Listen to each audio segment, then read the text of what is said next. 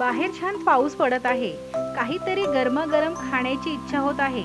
चला तर बनवूयात सगळ्यांचीच आवडती, खूप वेळ कुरकुरीत राहणारी आणि झटपट होणारी खेकडा भजी. व्हिडिओ शेवटपर्यंत नक्की बघा.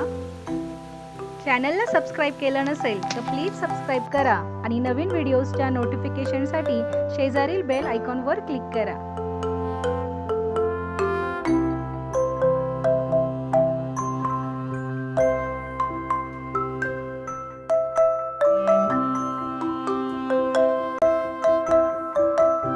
इथे मी मीडियम साईजचे 6 कांदे घेतले आहेत.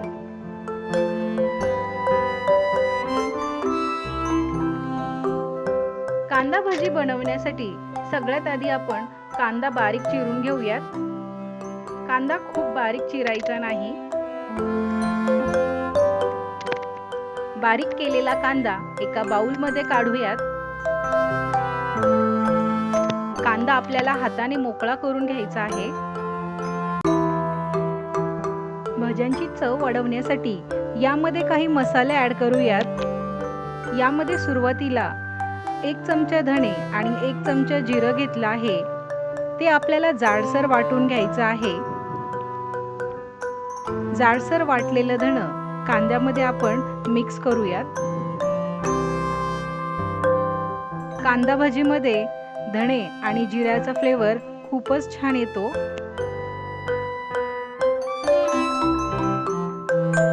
ओवा घालायचा आहे. ओवा हातावर आपण चोळून घालूयात.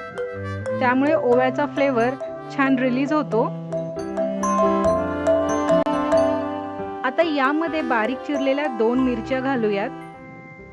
अर्धा चमचा लाल तिखट, कोथिंबीर, हळद आणि चवीपुरतं मीठ घालूयात.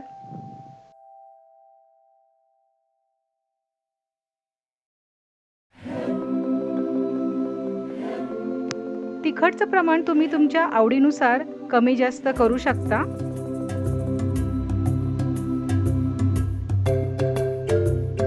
इथे मी 1 कप बेसनचं पीठ घेतलं आहे. ते आपण ऍड करूयात. आणि भजी कुरकुरीत होण्यासाठी 2 चमचे तांदळाची पिठी मिक्स करूयात. हे सर्व जिन्नस हाताने एकत्र मिक्स करून घ्यायचे आहेत. कांद्याला बेसनचं छान कोटिंग आलं पाहिजे. खेकडा भजीमध्ये कांद्याचं प्रमाण जास्त आणि बेसनचं प्रमाण कमी असतं. या ठिकाणी जर बेसनचं प्रमाण कमी असेल तर तुम्ही थोडंसं बेसन घेऊ शकता. तयार केलेलं भाज्यांचं मिश्रण जर कोरडं वाटत असेल तर तुम्ही थोडंसं पाणी वापरू शकता. पण शक्यतो पाण्याचा वापर आपल्याला इथे टाळायचा आहे.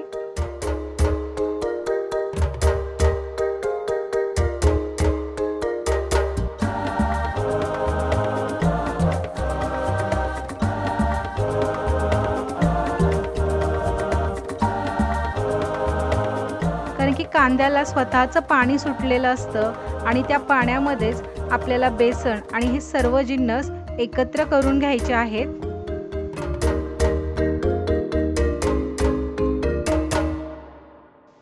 एकीकडे मी तेल तापत ठेवलं आहे. भजी करताना तापलेलं 2 ते 3 चमचे तेल भज्यांच्या मिश्रणामध्ये ओतून घ्यायचं आहे. आता आपण भजी तळून घेऊयात. भजी तळताना आपल्याला बॅटरचा गोळा करून तेलात सोडायचा नाही. तळताना तेलामध्ये भजी हाताने थोडी मोकळी करून सोडायची आहेत.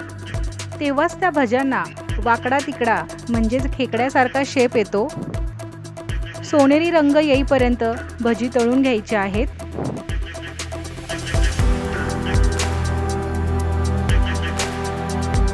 खूपच छान कुरकुरीत भजी तळून तयार आहेत. तुम्ही देखील अशा पद्धतीने भजी नक्की करून पहा.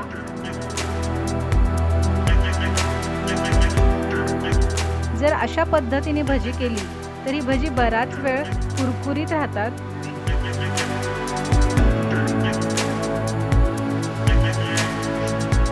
तुम्ही देखील कुरकुरीत कांदा भजी नक्की ट्राय करा.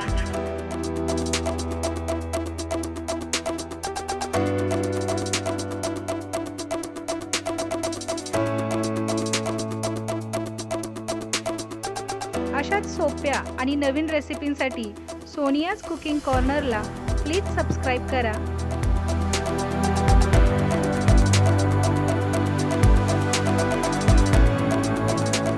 Thank you everyone.